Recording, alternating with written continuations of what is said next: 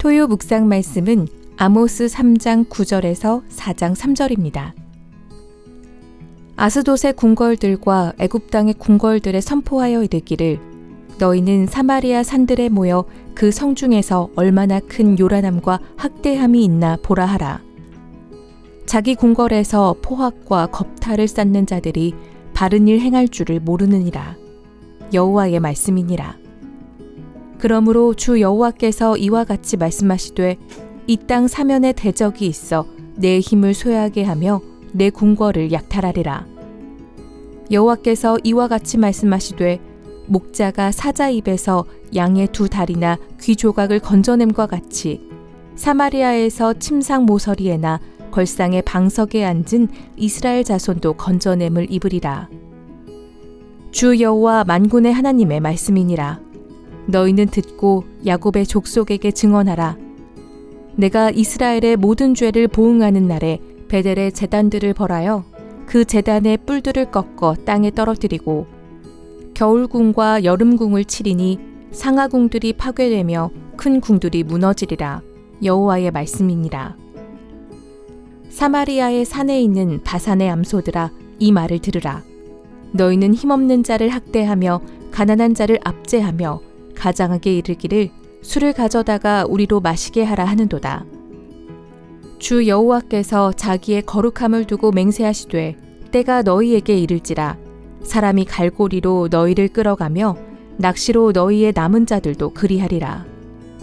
너희가 성 무너진 데를 통하여 각기 앞으로 바로 나가서 하르몬에 던져지리라. 여호와의 말씀이니라. 아멘.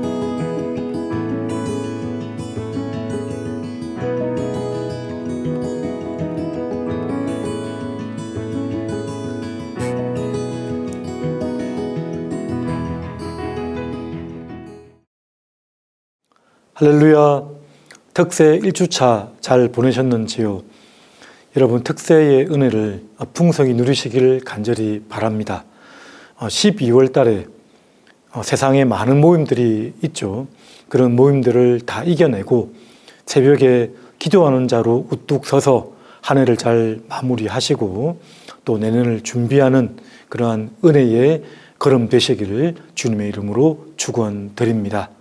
자, 오늘 말씀은 아모스서 말씀입니다. 아모스서 이제 3장 중반부터 4장 초반까지의 말씀을 살펴보겠습니다. 자기 궁궐 쌓는 자들의 무너짐, 자기 궁궐 쌓는 자들의 무너짐이라는 제목으로 함께 말씀을 나누도록 하겠습니다. 아모스서는 하나님의 우주적 통치를 보여주고 있습니다. 그래서 1장에서부터 다메섹, 또 가사는 블레셋이죠.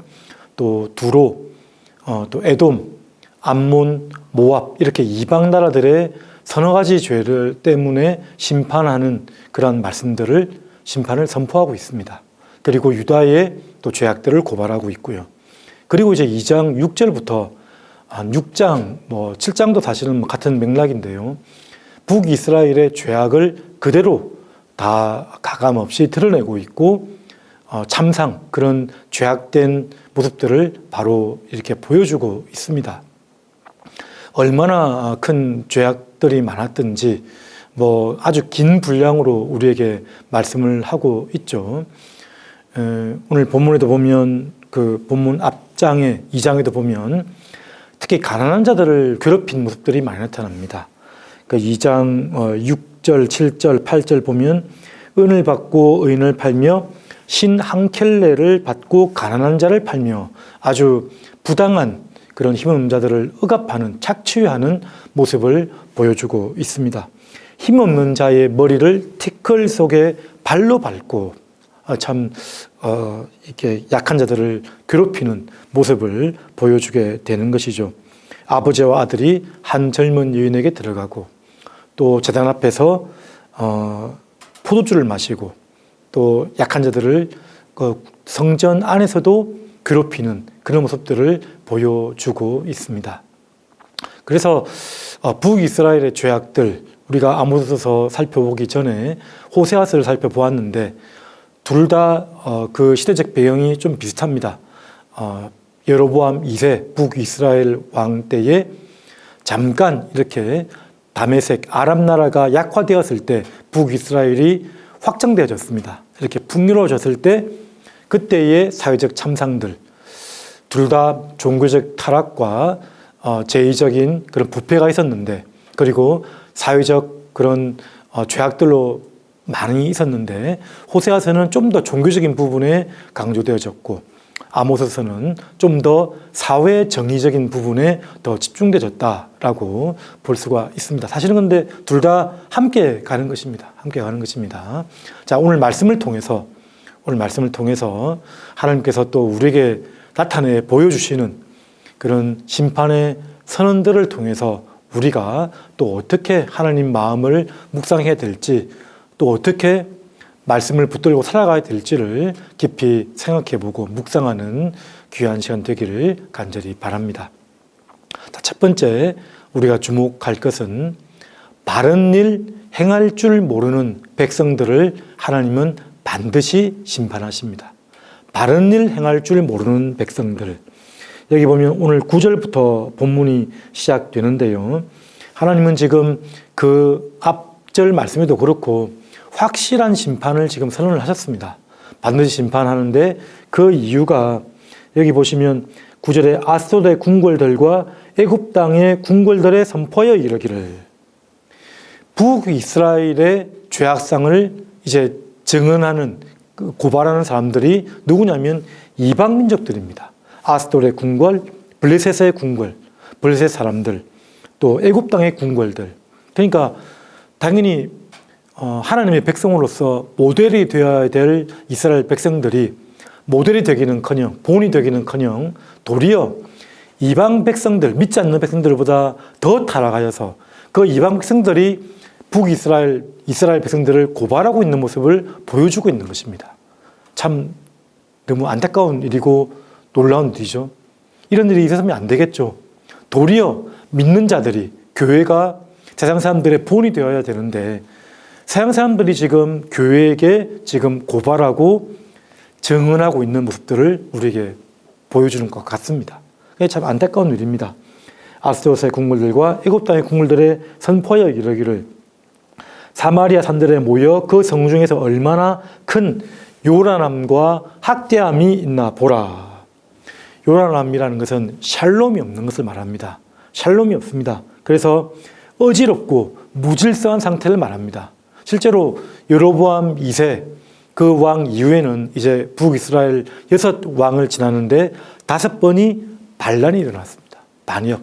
이제는 샬롬이 없습니다. 그 도시로부터 사마리아 성은 이제 피해 반란밖에 없는 그러한 도시가 되는 거죠. 그러한 심판이 있을 것을 지금 얘기하는 것입니다. 학대함이 있나 보라. 학대함이라는 것은 약자들을 괴롭히는 것을 말합니다. 아주 약자들을 교묘하게 억압하고 착취하는 모습들을 말씀하는 것이죠. 자, 그 일들이 사마리아 산, 이 사마리아 성읍은 오므리 왕조 때부터 수도로 정해졌던 북이스라엘의 중심 도시입니다. 그 전에 여로보암 1세죠. 그때부터는 베델과 단의 그런 여기가 산당, 이 제단을 쌓고 거기로 이제 우상 숭배를 했던 거죠. 금송아지를 만들고 송아지 상을 만들고 이것이 바로 하나님이라고 말했습니다. 그리고 그곳에서 정상적이지 않은, 하나님께서 말씀하지 않은 레위인이 아닌 사람을 세우는 겁니다. 절기도 7월이 아니라 8월, 유대력으로 8월로 세워서 이렇게 교묘하게 종교적인 타락을 이끌었던 왕 여로보암 이후에 오므리 왕 때부터 더욱더 타락. 북이스라엘 왕 19명은 아무도 온전한 왕이 없었습니다. 모두가 다 타락했던 거죠. 사마리아 성읍이 이 이방 땅에게, 이방 나라에게 고발당하는 것은 어쩌면 자연스러운 일일지도 모르겠습니다. 제사를 드리면서도 전심으로 드리지 아니하고 하나님의 이름을, 여호와 이름을 부르는 것 같으면서도 그의 행실은 또 온전한 제사도 되지 않을 뿐만 아니라 삶에도 하나도 하나님을 향해 있지 않는 모습들이 이 가운데 있었다는 것입니다. 10절 보십시오. 자기 궁궐에서, 자기 궁궐, 오늘 본문의 제목과 같은데요. 자기 궁궐에서 포악과 겁탈을 쌓는 자들이, 포악을 쌓았고요. 포악이라고 하면 거의 생명의 압제 같은 그런 아주 극렬한 폭력 행위입니다. 겁탈은 이제 물질적으로 손해를 끼치는 행위죠. 그런 일들을 아무렇지도 않게 행했다는 겁니다. 그런 일들을 쌓는 자들이 바른 일을 행할 줄을 모르느니라. 사실은 이들은 자기 궁궐을 쌓았던 사람들입니다. 근데 자기 궁궐에 무엇을 쌓았죠? 죄악들을 쌓아놨습니다. 하나님의 심판의 진노하심을 쌓아두고 있는 것과 같은 것입니다. 이런 사람들은, 이런 이스라엘 백성들 전체가 바로 바른 일을 행할 줄을 모르느니라. 바른 일을 행할 줄을 모르느라. 정의를 물같이, 공의를 흐르는 강같이 흘러가게 하겠다는 하나님의 말씀이 그래서 선포되는 것입니다. 도무지 이 땅에는 정의와 공의가 보이지 않는 것입니다. 미시파트와 짜다카, 그 공의와 정의가 하나도 보이지 않는 나라가 바로 이때의 현실이었습니다. 자기 궁궐에서 자신의 것을 쌓는 자들을 하나님은 반드시 심판할 것이다. 그래서 10절 하반절에도 그렇고요. 11절 상반절에도 그렇고 하나님 여호와께서 말씀하시느니라, 주 여호와께서 이와 같이 말씀하시되, 하나님께서 성경 자체가 이렇게 선포되어지면 그건 이미 사실이고 반드시 이루어져야 되는 말씀인데 하나님이 거기서 강조하시면서 거듭거듭 여호와께서 말씀하신다라고 이렇게 설명을 하는 것입니다. 11절에 그러므로 주 여호와께서 말씀하시되 사면의 대적이 있게 할 것이고 네 힘을 쇠하게 할 것이고 네 궁궐을 약탈하리라. 그러니까 하나님께서 철저히 무너뜨리시겠다는 말씀을 하고 계시는 거죠. 그리고 12절 또 지금 10절, 11절, 11절 연달아서 여호와께서 이와 같이 말씀하시니라 이렇게 반복해서 강조를 하고 있습니다. 사자가 양을 잡아먹는데 목자가 그 먹히는 양을 빼오려고 합니다. 빼려고 하면 다 먹히고 나서 남은 부분, 다리가 남았고 귀만 남았습니다. 그걸 비유하는 겁니다. 이게 참 비참한 모습이거든요. 근데 그 비유를 하면서 12절에 그런 것 같이 양의 두 알이나 귀 조각을 건져낸 것 같이 나중에 회복할 것이다. 이렇게 하시는 말씀이지만 너무 두렵고 떨리는 말씀일 수가 있는 것 같습니다.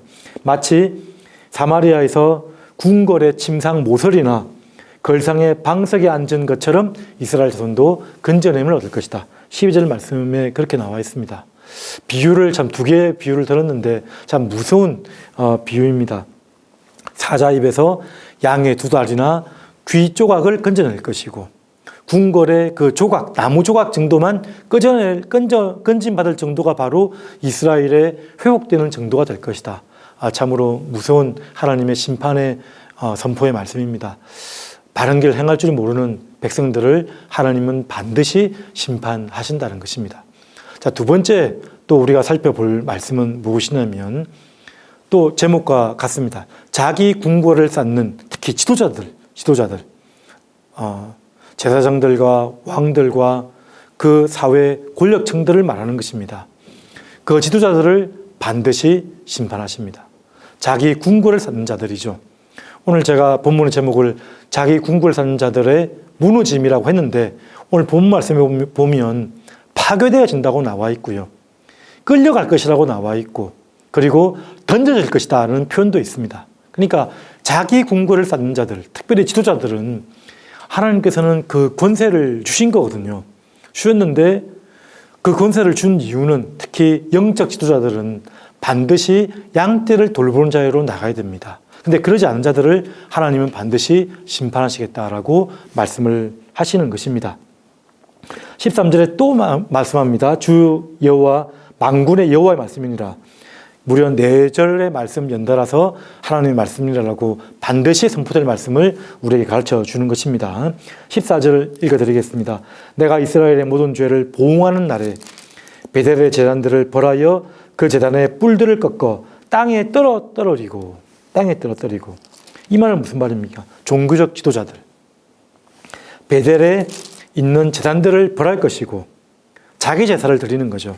자기 기득권을 위해서 종교적 제사장들이, 종교 지도자들이 자기 이익을 추구하는 사람들이었다는 거죠.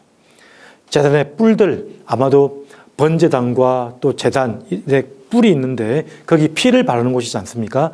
그 풀들을 다 꺾어버릴 것이다. 제사장들의 심판을 지금 말씀하시는 겁니다. 15절 말씀도 보십시오. 겨울 궁과 여름 궁을 치리니 상하 궁들이 파괴되며 큰 궁들이 무너지리라. 여호와의 말씀이니라. 또 여호와의 말씀이니라. 반드시 그렇게 될 것이다. 이 권력층들은, 이 지도자들은 백성들의 안위에 관심이 없었습니다. 그냥 여름 되면 여름궁, 겨울 조금 추워지면 겨울궁, 자기들이 안락하게 있을 곳만 찾아다니는 것입니다. 그리고 먼 아프리카에서 상하를 이제 수입해 와서 상하궁들까지 지어놓는데 그게 다 파괴될 것이다. 여기 보면 큰 궁들, 자기 궁궐을 쌓은 것들이 큰 궁들이었습니다.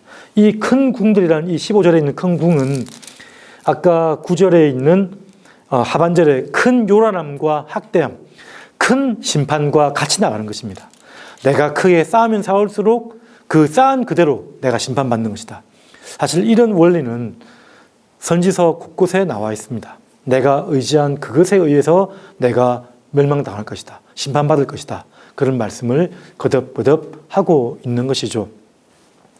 자, 그렇게 해서 자기 양떼들을 돌보지 않는 자, 이런 하나님께서 그런 지도자들에게 주시는 심판의 말씀은 곳곳에 나타납니다. 예레미야서 23장 1절 2절 말씀에 보면 여호와의 말씀이니라. 내 목장의 양떼를 멸하며 흩어지게 하는 목자에게 화 있으리라. 목자에게 화가 있다고 나와 있습니다. 그러므로 이스라엘 하나님 여호와께서 내 백성을 기르는 목자에게 이와 같이 말씀하시니라. 너희가 내 양떼를 흩으며 그것을 몰아내고 돌보지 아니하였도다. 목자들이 양떼를 돌보지 아니하고 관심이 없었다는 말씀을 하는 거죠. 내가 너희 악행 때문에 너희에게 보응하리라. 여호와의 말씀입니다. 예레미야에서도 이렇게 나와 있고요. 에스겔서에도 이렇게 나와 있습니다. 34장 초반절에 보면 자기만 먹는, 자기만 배부르는 이스라엘 목자들에게 이렇게 말씀을 합니다. 2절에 보시면 인자야 너는 이스라엘 목자들에게 예언하라. 그들을 곧 목자들에게 예언하여 이르기를 주 여호와께서 이같이 말씀하시되 자기만 먹는 이스라엘 목자들은 화 있을진저 목자들이 양떼를 먹이는 것이 마땅하지 아니하냐. 너희가 살찐 양을 잡아 그 기름을 먹으며 그 털을 입되 양떼는 먹이지 아니하는도다. 너희가 그 연약한 자를 강하게 아니하며 병든 자를 고치지 아니하며 상한 자를 싸매주지 아니하며 쫓기는 자를 돌아오게 하지 아니하며 잃어버린 자를 찾지 아니하고 다만 포악으로 그것들을 다스렸도다. 5절에 목자가 없으므로 그것들이 흩어지고 흩어져서 모든 들짐승의 밥이 되었도다. 그러니까 영적으로 이렇게 말씀을 공급하지 않는 목자의 책임을 지금 이제 추궁하고 있는 것입니다. 베드로가 면목 없이 예수님께 섰을 때 예수님은 그 사랑의 과제를 주셨고요. 이 모든 사람들보다 나를 더 사랑하느냐라고 물어보셨고, 그리고 우리에게 주시는 사명의 말씀은 내 양을 먹이라, 내 어린 양을 먹이라, 내 양을 돌보라. 영적인 양식을 먹이는 것입니다. 새 가족들, 어린 양을 먹이는 것이죠. 모든 양들을 돌보는 것이 바로 목양의 일들입니다. 그런 일들을 하지 않는 영적 지도자들에게 심판을 선포하고 있고요. 그리고 그뿐만 아니라 하나님께서 권세를 준 모든 권세자들, 권력자들에게도 백성들을 돌보지 않는 이 정치적 지도자들도 마찬가지인 거죠. 위정자들, 그들에게도 내가 심판하실 것이라고 말씀을 합니다. 그래서 디모데전서 2장 1절 말씀에 보면 2절 말씀까지 모든 백성들을 위해서 첫째로 기도하라고 나와 있습니다. 첫째로 기도와 간구와 도구와 감사로 하되, 감사로 그들을 위해서 기도하되, 그리고 특별히 모든 자들을 위해서 기도하라고 나와 있는데 특별히 임금과 권세자들을 위해서 기도하라. 이는 너희들이 그들을 말미암아 평안하고 고요한 생활을 하게 하렵니다. 우리의 믿음 생활, 이 여러 세속의 일들 때문에 신앙생활하기가 어려워질 때 시험이 오지 않습니까? 그래서 우리는 항상 위정자들을 위해서 기도해야 됩니다. 이 나라를 위해서, 이 지도자들을 위해서. 뭐 여러 지도자들이 있죠. 여러 위치의 권력자들이 있습니다. 그런 분들을 위해서 기도하는 것입니다. 뒤에서 험담, 또 뒤에서 여러 가지 얘기를 하는 서양 사람들과 같지 아니하고 우리는 말을 아끼고 하나님 앞에 이 나라와 이 민족을 위해서, 위정자들을 위해서, 지도자들을 위해서, 특히 영적 지도자들을 위해서, 우리 목사님들을 위해서 기도하는 것입니다. 기도하라는 말씀이 이 말씀들을 보면서 우리가 깨닫게 되는 것입니다. 전 백성들이, 지도자들이 자기 궁궐을 쌓지 않도록 우리가 회개하며 기도해야 되는 것입니다. 자, 세 번째 또 살펴볼 말씀은 하나님은 연약한 자를 돌보지 않는 이 기득권층을 결국 심판하십니다. 그렇죠. 하나님께서는 우리 기득권층, 힘을 주신 이유는 저 가난한 자, 약한 자들을 돌보라고 나와 그렇게 힘을 주신 것입니다. 고아와 과부와 나그네를 우리 주변에 놓아두셨습니다.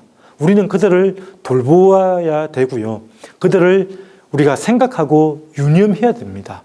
그것이 바로 율법의 정신이고 하나님의 말씀입니다. 하나님을 사랑하고 내 마음과 뜻과 목숨과 힘을 다하여 주 너희 하나님을 사랑하고 그리고 이웃을 사랑하는 대로 나가는 것입니다. 그 이웃이 있는 게 아니고요. 이웃는 게 아니라 이웃은 되는 것이죠.